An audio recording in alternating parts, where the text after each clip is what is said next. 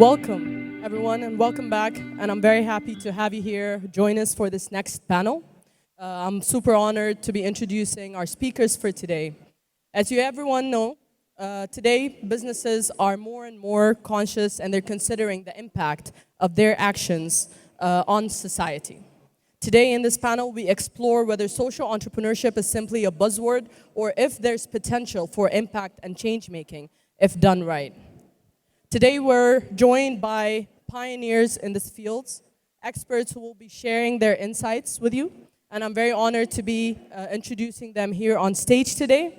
Today we have Mr. John Karras, partner and a co-founder of Akon. We're also joined by Mr. Eric Dawson, CEO of Peace First. And we're also joined by Grammy-winning artist and entrepreneur Akon.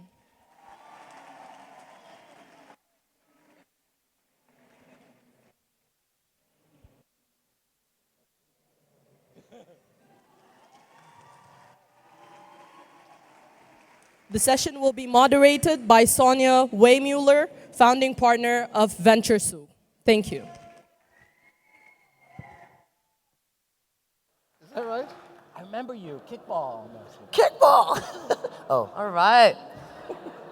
Good crowd. All right, well, first of all, I'm not sure I need a mic, but thank you everyone for joining us today. We have a stellar lineup of speakers on stage to address a topic that I feel is actually very, very timely.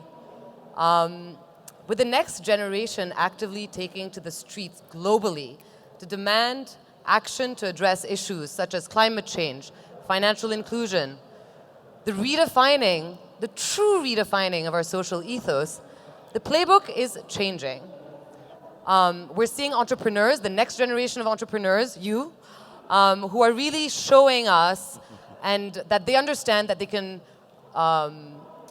change the world, but do it in a financially sustainable and scalable way. And a lot of them are harnessing the power of technology in order to do so. I'm an investor. We're seeing a very similar trend as well amongst the next generation of millennial investors. They too are asking and demanding that their investments start reflecting positive global impact and act as accelerators of change for these very same issues. So before we kick off, I know we have a lot of students in the room. And Eric was at a talk in the past and said something to them that I think will resonate with you as well. It was a similar audience, and he told them, you are not the future, you are the present. And my hope is that after this session, you will gain a better understanding of social entrepreneurship and the challenges and opportunities around it, but you will also come out of it feeling inspired, feeling motivated to basically be active contributors to a better society moving forward. So thank you very much for joining us, and let's do this. Yes. Okay. Do it. All right. So there's specific themes that I thought were interesting regarding this topic. Obviously, Akon needs no introduction. You wear several hats. The ones I'll probably specifically focus on are the fact that you're at the forefront of solar with Akon Lighting Africa and America, and obviously co-founded Akon with John. John, you're basically using crypto and blockchain for good, and we're going to get into that. Eric, you're focused on building an ecosystem for young social entrepreneurs globally via Peace First, and you're here with a bunch of amazing regional kids, ages 13 to 25, who are really focusing on products to change the world. As an investor, I find that the word social entrepreneurship is a bit of a misnomer. As an investor, when we talk about social entrepreneurship, we kind of assume that there's actually going to be a very low return, maybe no return at all. And so I think that there's a need for us to maybe spend a little time around this. And I specifically want to start with Akon because you have both a foundation and you have several social entrepreneurship ventures as well. And I'd be curious to hear your thoughts on how you think the narrative changes from the non-profit world to the for-profit world. Well, it's actually interesting because when I first started, I started with a foundation because I just wanted to give back. But as I'm giving back, I was like, I want to make some money giving back. And then I realized that you actually give back more when you're actually providing jobs and you're creating opportunities for others. So we quickly dissolved the foundation and started a business. And I realized that as I was traveling and I was creating these opportunities for other people, you start to realize just how much a big of an impact that you are actually making, because you're in a position where you're creating a solution for a specific problem. And I feel like the social entrepreneurship came in because I also realized that I really started feeling like I didn't want to get into any kind of business that didn't make any kind of impact. If it was just for the purpose of making money, then I wasn't interested. But I also wanted to create opportunities for people that would actually be in a position to provide for their families or provide for themselves or create an impact for the environment in which they were actually living in. And that's why the lighting side came on board, because my goal and always dream was to find ways to help Africa develop. And we always realized that without electricity, Africa couldn't begin to start development, and that's how I got into energy.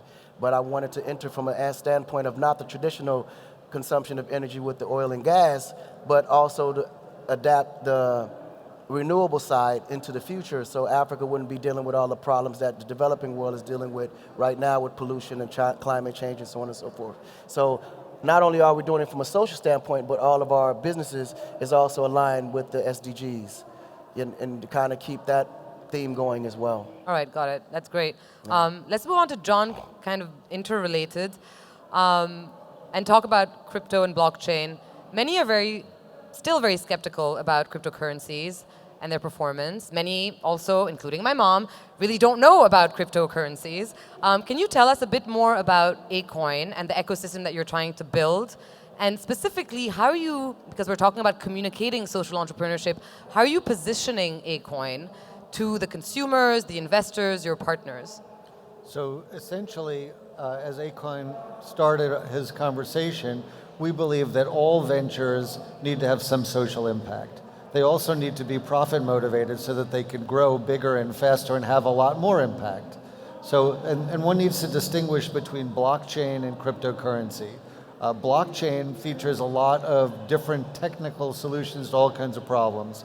And I'll get into Akon in 1 second, but just to share, yesterday we were reading an article about how JP Morgan has a new blockchain solution that they're using with their automobile lending that'll track the geolocation, the battery life, the age of the vehicles that they've made loans against. That's JP Morgan on thousands and thousands of vehicles. So the technology is being applied all over the place in incredible ways by gigantic enterprises, not the sense of all kinds of people launching a cryptocurrency out of their bathroom, and some were good, some were less good. For us, there's sort of two parts of it. There's Akon, the token, and then there's the Akon ecosystem, really the dApp store in our wallet. It's all being built to help stimulate entrepreneurship, create jobs, trickle down economics, and provide solutions and social impact in rising economies, with Africa being our first focus.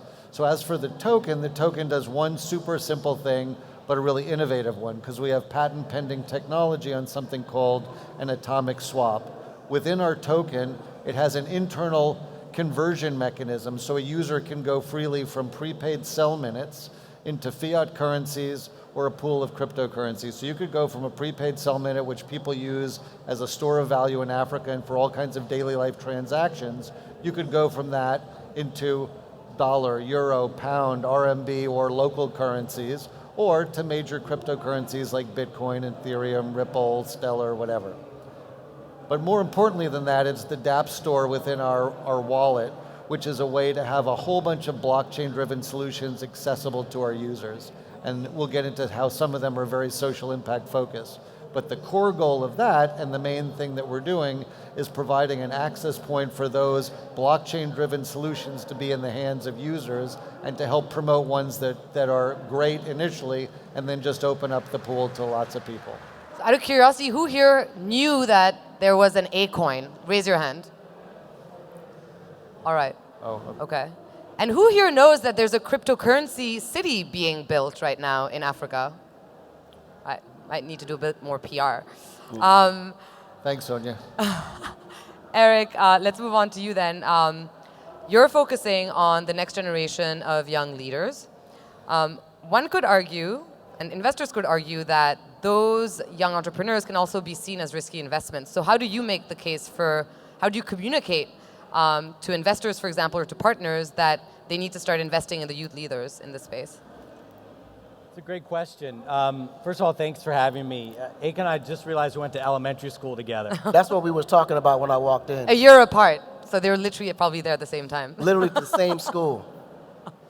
Wow. So just a quick show of hands if you're 25 years or younger. No, Right. me too. Future Keep dreaming. and the present. So I'm going to share two statistics that should terrify you. The first is, these are both studies. One was by Gallup, one was by the Berkeley Media Studies. The first interviewed adults, and they asked them their impressions of young people. 71% of adults have a negative image of young people. The top two words were lazy, dangerous, and apathetic. Berkeley Media Studies Group looked at all the stories about young people over a 12-month period and found that all of the news stories about young people, only 1% were positive stories. Wow. Which means that 99% of those stories were negative. Young people are the only group on our planet that is talked about as potential, what they could be. Right? People like me come to groups of young people and say, you all are going to be great entrepreneurs, leaders, activists someday, which tells young people what? Not now. Wait Right. your turn. But if you look at history, right, we looked at all of the great entrepreneurial, social-led initiatives over the past 120 years, from the workers' rights movement that created this concept of a weekend to women's rights. Every single one was powered by young people. Right. Young people are our most powerful creators of culture. Period. Music, fashion, values. Sports. These young people, thank you. These young people in the room right now are building the world that we will grow old in. But the problem is that young people do not have access to capital, whether that's financial capital, social capital, or what I like to call imagination capital, right? The sense that your dreams are worth investing in. So what we do at Peace First is we created the world's very first, you've heard of venture capital, right? We've created the first venture philanthropy fund, which is investing $10 million in young people's ideas. Small grants, $250 to any young person who wants to make their community a better place. Some of these will be for-profit businesses that will grow. Some of these will be nonprofits. Some of these are just small projects in their school. The problem is we don't build that ecosystem. Right. Right? Because we don't think of young people as a powerful force for good that they are. All right. I actually want to continue with that theme of, we're just talking about capital injection. Obviously, that's a bit of my world as well. And I think Akon will agree that there seems to be a misconception within the investor community that, as I said, social enterprise equals very low returns or no returns.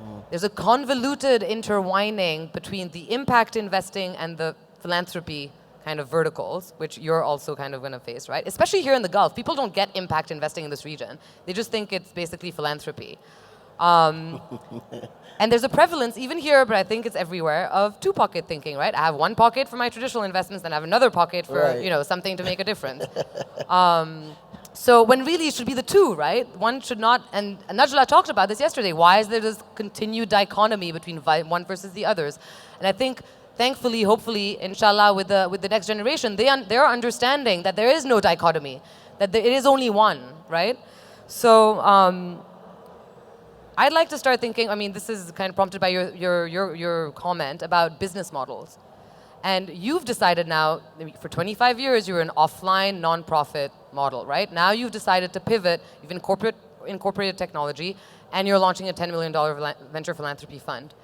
Akon, on your end, you're working with corporates, with partners, with financial institutions who are funding your solar programs, your solar academies, et cetera, as well. Can you just, and obviously on the Akon front, there's a whole business model behind that as well. Can all three of you kind of jump in? I want this to be a conversation, by the way. It's not like meant to be a monologue one after the other. But get into a discussion about your various business models and what your approach is to that. Because it's only once the investor community understands that there's a whole investment rationale behind what you're doing, and it's not like a traditional investment versus a philanthropic investment. How are you positioning kind of your business models to get those stakeholders in? I think it depends on what you're investing in. You know, when it comes to investments, I think you're 100% correct. But when you look at basic common sense, right? Anything that has, or anything that's necessary or a need has a demand, it's going to make money.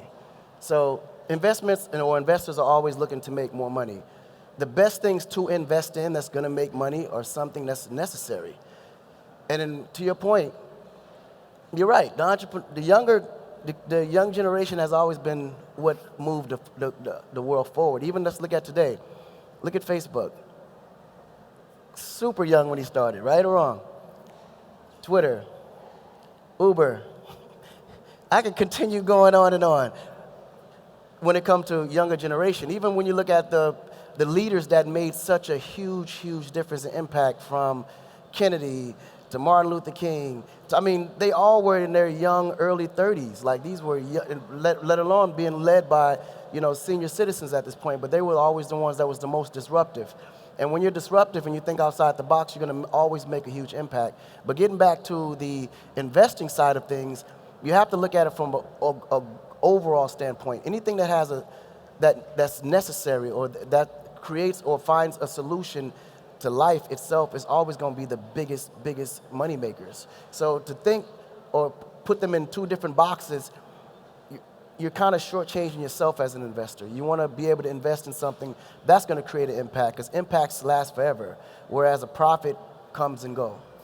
And for us, we look at ways to magnify what we're doing in as many instances as possible in public-private partnerships, engaging the institutions to help things magnify and accelerate. They need to find a way that's a trusted solution to make things happen, particularly in rising economies and for us in Africa. When we look at some of our activities in technology, in agriculture, in renewable energy, lots of that is being done in public-private partnerships. Mm-hmm. So we come up with the great teams, with the great strategies of things that are necessary, and then we figure out how to align with all kinds of institutions, whether things like OPIC and USAID and World Bank or otherwise. It's a way to have a lot bigger impact, and that in turn creates a renewable ecosystem that continues to go, creates more profit, creates lasting change. Just to add, I think both of you are talking about something really important, which is what we care about is impact. Yep. And what we need is a marketplace where there's lots of different avenues to create impact.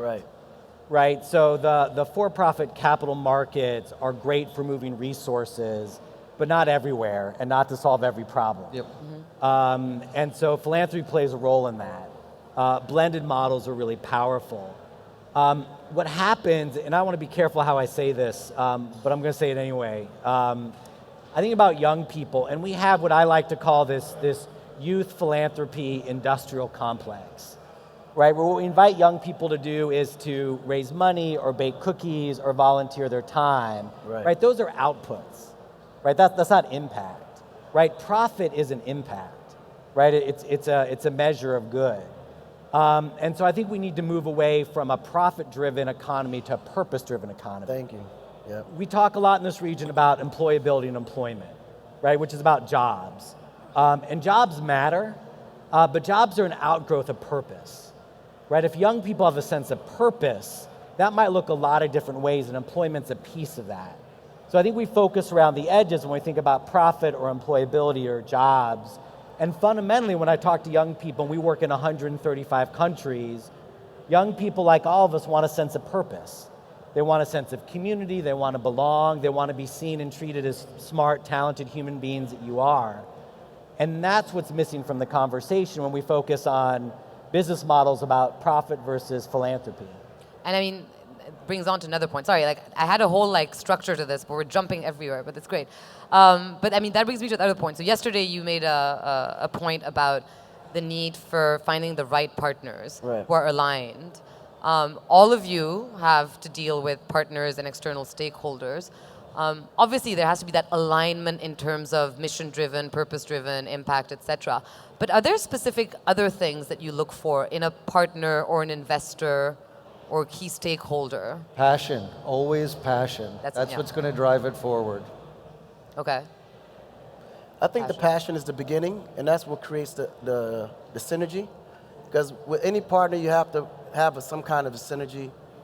I think you have to have a common idea that you both agree on as far as what the overall vision is. Because when you both share the same vision, you're willing to go further than normal to get there. And I think when you find partners that don't align with you, you're going to always bump heads. And you rarely find yourself moving forward because you're always trying to, you know, pretty much finesse your own agenda.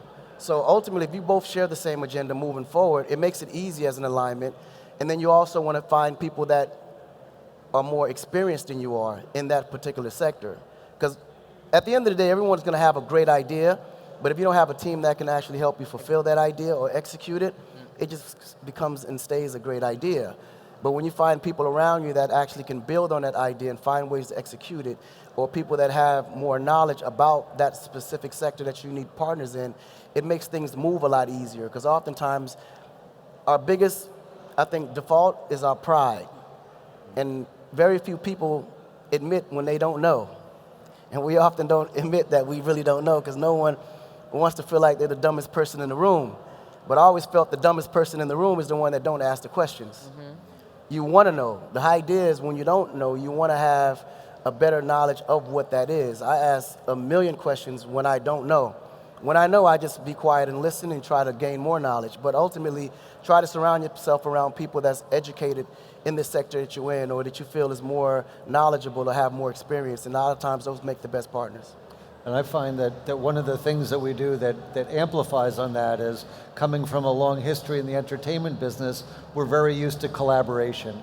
We're very used to the fact that the team wins based on everybody's collective ideas, and energy and efforts. So there's no pride in, well, I have to have all the right answers. It's as long as the team has the right answers, the right experience, the right vision, then we all execute together. There's leadership, but collaboration helps to accelerate and amplify. And to add to that, I think you're both talking about an alignment of values is the most important thing. Very important. I'm going to share a story. Again, it's probably a story I shouldn't share, but I'm already in trouble. So, philanthropy is a broken model because so much of it is transactional rather than transformational. There was a large corporate foundation, I won't mention their name, but they fund $50, $60 million a year in youth empowerment, right? That's what they do, youth empowerment. And I was sitting down and I was explaining what we do. So we give $250 mini grants to help young people get started. We try to give to young people in 48 hours, and we don't ask them to keep receipts because our model is we trust you. Tell us your impact. We don't care if you spent $20 on poster board or $30 on pizza. What did you do to create that? So I'm telling this woman the story, I'm really excited, and she stops me. And she goes, what do you mean? And I said, well, we give grants to young people. They spend 3 months designing a project. They submit a budget. We give them money. And she stops me again. And she says, well, what do you mean? Right. And I said, we give money to young people, like PayPal, a check, wire transfer, however they need it. Like we give young people money.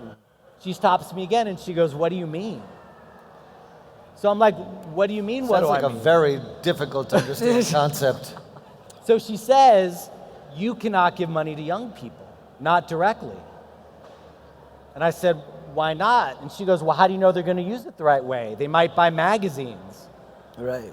Right? Or video games. And I'm sitting there thinking, I know what your expense account is. Right. I know how much you spend taking clients out to lunch every week. And your biggest fear is that a 21-year-old in Lagos is going to spend 3 months designing a social change initiative to cheat us out of $187. But that is the thinking. So we've actually stopped taking money from them. We only wanted to work with folks who are curious, who want to learn with young people, who don't care if there's 30 projects or 100 projects, but they want to learn in partnership with young people. Yeah. And those are the kind of partners we're looking for. And then, Comes back to collaboration yet again. please, go ahead. Do you want to elaborate? Do you want to add? Comes back to collaboration yet again. Yes, and so, Trusting, yeah. collaborating, sharing ideas, helping to empower, because it all creates positive change and ultimately trickle-down economics. Right, which is a perfect transition into, I want to leave a bit of time at the end because I know some people have questions. So, which perfect transition to my next section, which is, I think we're all, I mean, all three of you for sure, myself included, are all big believers in collaborative leadership and united leadership. Which brings me to the next session, which I find personally very interesting, which is the nexus and intersection of spirituality and conscious leadership as a multiplier for good. And I personally am a big believer that in order to be a true conscious leader, you first need that inner alignment. You need to understand and you need to recognize what your what your own ethical compass and what your set of values are, right? So it takes that level of self-awareness before you can start being a leader to others. And you mentioned this actually yesterday as well, when you said, you alluded to the meaning of life and wanting to be known for more than just singing and dancing, and then that there's a spiritual component to success. And you know, you're a well-recognized figure, you could make a lot more money and be greedy if you wanted to, but no, you don't. You've chosen to give your money more purpose, more power, more impact. So what is it that drives you? And the reason I bring up spirituality, aside from the fact that I'm personally interested in it, is because obviously Akon is very spiritual. John, you and I have not talked about spirituality. I don't know where you are on the spectrum. And Eric, you actually have a master's from the Divinity School in Pastoral Studies. So there is some spiritual thread here on this stage today. Yeah, well, I think that's super important. That's always been my first step towards anything. Before I get into anything, I always pray and I always ask for that open door to be able to accomplish whatever it is I'm accomplishing. And one thing I've realized as I've been in the business of entertainment, spirituality is like out the window. It doesn't exist. And if it does, it's in secret. But in the world of business, it's often brought up unless you bring it up. And then even then, it's always a very uncomfortable conversation because many people feel that they can't openly express their faith around certain communities. And I always pretty much disagreed with that. I always felt that religion was always a pathway towards a better life and a test in this life for a better life after. And ultimately, my theories could be wrong, but I strongly believe that all religions are connected as one major big religion. What makes it different is the fact that we're all born into different cultures. We all translate messages different.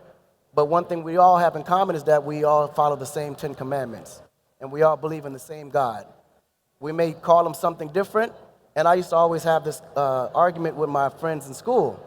Because I was Muslim and they were Christians. And I was like, well, what's pretty much the difference? Well, we believe in Jesus. I said, is Jesus your prophet or is he your God? And they were like, well, he's God. I said, well, you mean like God in a man's image or actual God? They were like, no, Jesus is God. And then I have Baptist friends who may be Catholics and it was so many sectors to that side of it, and I've never really understood, but I kind of understood what they meant because there's a certain area in Africa where they think the Prophet Muhammad was God. And then later come to find out, no, he's a messenger of God. And Jesus probably was the same way. And then you got Moses and you got David. It's so many people that represents God. And then I started to realize that every place where I went, everyone called God something different. Whether it was God, it was Allah, it was Jah. Everybody had a different name for God. And then I realized it was all in the translation as to why and what. But in the interim of things, we all had that same feeling that a higher being existed, and we all felt we had to do the right thing to be rewarded by that higher being. So I came to the conclusion that we all believe in the same God. We just translate differently, speak different languages, but we all follow the same rules and commandments of our own religion, we just worship different. So it made nobody different. you know? So moving into it, it made my world feel smaller, and it made it more organized, and it made me look at everyone equally, and it made everything feel so much more positive and better because we can now have real conversations with each other and understand that a piece that might be missing in one book was actually answered or was Addressed? added in another book. So when you put them all together, all the stories made sense, all the stories aligned. But then I also realized my purpose also, as I got into business, my biggest purpose was that I move it into every business in a spiritual light, because the one part that we always miss in our business complex or success of things is the aspect of how much God plays in our success. So I always try to align my success along with the praises of the Almighty as I'm moving forward, and always try to get the blessing moving forward so that success always exists within our businesses as well. Preach. You know? This is where if you had a mic, you could drop it. I just want to add one thing to that. First of all, thank you for telling that part of yourself. I think leaders need to talk more about their interior lives. Look, ultimately what we all want is wholeness, right? So if your kid is sick, your kid doesn't stop being sick when you're at work. Right. Right? And if you're struggling with a project at work, we bring that into our homes. And we're all hungry for lives that are whole. One of my worries about the social entrepreneur space is it focuses so much on outputs, but doesn't talk about the journey that we need to do inside ourselves, around peace, around justice, around crossing lines of difference. And I think the way we start is we ask young people the wrong question. We ask young people, what do you want to do when you grow up? When in fact, I think we need to ask, who do you want to be? Because that is a much more powerful question and much more relevant to the choices that you as young people are making right now, is who do you want to be in the world? How do you want to show up? And how do you build a life with passion and with purpose? And I would just add, to go back to your spirituality question, that it just deepens and strengthens the journey. It adds to the conviction, it gives strength during times of challenge, it creates more purpose, and makes the passion and flame burn much, much brighter, no matter whether you're succeeding, struggling, or trying to envision what that purpose is. Perfect. Thank you. Thank you very much. My time is up. Do we have time for questions? Who do I ask? Just stand No, up we and don't. ask. One question? Come on, one question. All right. Or three. Well, I'm not going to... Okay, I guess I should. One or three. Just stand up and ask. Stand up and ask, guys. Yeah. Go ahead. Don't Not think- all at the same time. All right, let's start with the lady in front. Okay, there we go. All right, but only like one or number two two. questions, otherwise they're Okay, going to we're kill going me. to have 2 questions, please. Okay, 2 questions. Thank We're you. going rogue. I have been told. Thank you so much for the great panel. My question is specifically about investment in entrepreneurship.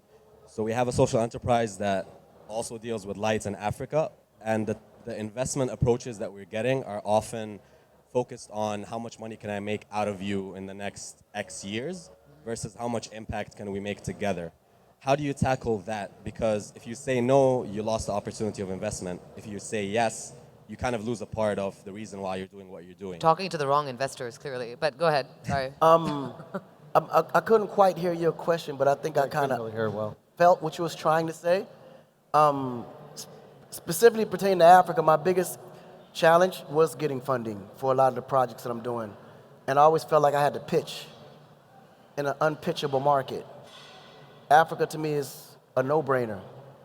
Anywhere that is a clean slate where you can build from scratch is always going to be your best investment, especially when you're talking about development. And then you have a population of 1.2 billion people, and it's estimated to be 2 billion in 5 years. The human capital alone, that population alone is your investment. Once you have that population, you can sell them anything. And once you're providing for a nation that needs so much, to me, I'm still trying to fathom why they're questioning to invest in Africa. You can't invest in Africa and get a return as big in Africa than anywhere in the world. It's like, to me, the perfect investment territory, because Anywhere else is fully already invested. It's a crowded market where you have to struggle to find a place or to even create a market there that actually creates a profit on a margin that big. Whereas in Africa, it's literally, you don't have to invest that much to make a huge market. To make a huge profit. So I never really understood, I think because of how the continent itself has been marketed and the challenges that corporations faced because they hadn't done full due diligence as to how that market works, because they try to apply and copy and paste what works for them in developing markets and try to apply it in an undeveloped market, which you will always lose. You have to know the market that you're selling to and understand what you're trying to invest for. And I think once people understand what that is, they'll understand the powers of investing in Africa. But I would suggest to invest in the population. That's where your investment is going to come back at. They already gave her the mic. Where's the mic? We can't hear you. You need a mic? You want to give her a mic? Hello? Hi. So my name is Simran. I'm from Bluefin Technologies, and one of the problems I've been having, like with my startup and talking to customers or investors, is just tackling the problem of age versus talent. Right. So I don't want to say very young, but I'm relatively young, and it seems to always be something that comes into question. And I don't know how to deal with that moving forward. It goes right to your point. Merit, not age. So we have 7 of our young leaders here in the room. Could you just stand up? So these are social entrepreneurs from throughout the region who have started projects or designing things, tackling clean drinking water. Find these folks, and this is your tribe. You need to find other young people who can help you find the language and the voice to move your project forward, because we need you to be successful. So find the mentors, find the coaches, talk to us. We got your back. Yeah, that's always been a challenge. Trust me, I dealt with it too. But there's also programs that's created by young people for situations like that. Like, I've realized how much and how impactful crowdfunding is. That is a powerful tool for young entrepreneurs because it was created by young entrepreneurs to create financing for projects that we may have that corporations may not believe in or may think that we're too young to do a project of something that big. So it's always little communities that create opportunities for issues and problems of your sort. It's just once you get that funding, you can't drop the ball. You have to win by any means necessary because your win now is going to how you take it to the next level. Make sure that you're fully prepared. Don't just let it be a great idea. Like, prepare everything about it. Make sure that you're in a position where failure is never going to be an option. And that first seed funding that comes out of it, it's success or die trying. Because that energy is what's going to get you there. Teamwork and mentors. Yep. Teamwork and mentors. And remember, teamwork make the dream work. So you guys have to work together. All right. I'm very sorry to the lady in front, but thank you so much. This is fantastic. Excited to have you back in the region sometime soon, all 3 of you, so we can continue this discussion. And thank you to all of you for coming. Nice. Have a nice day.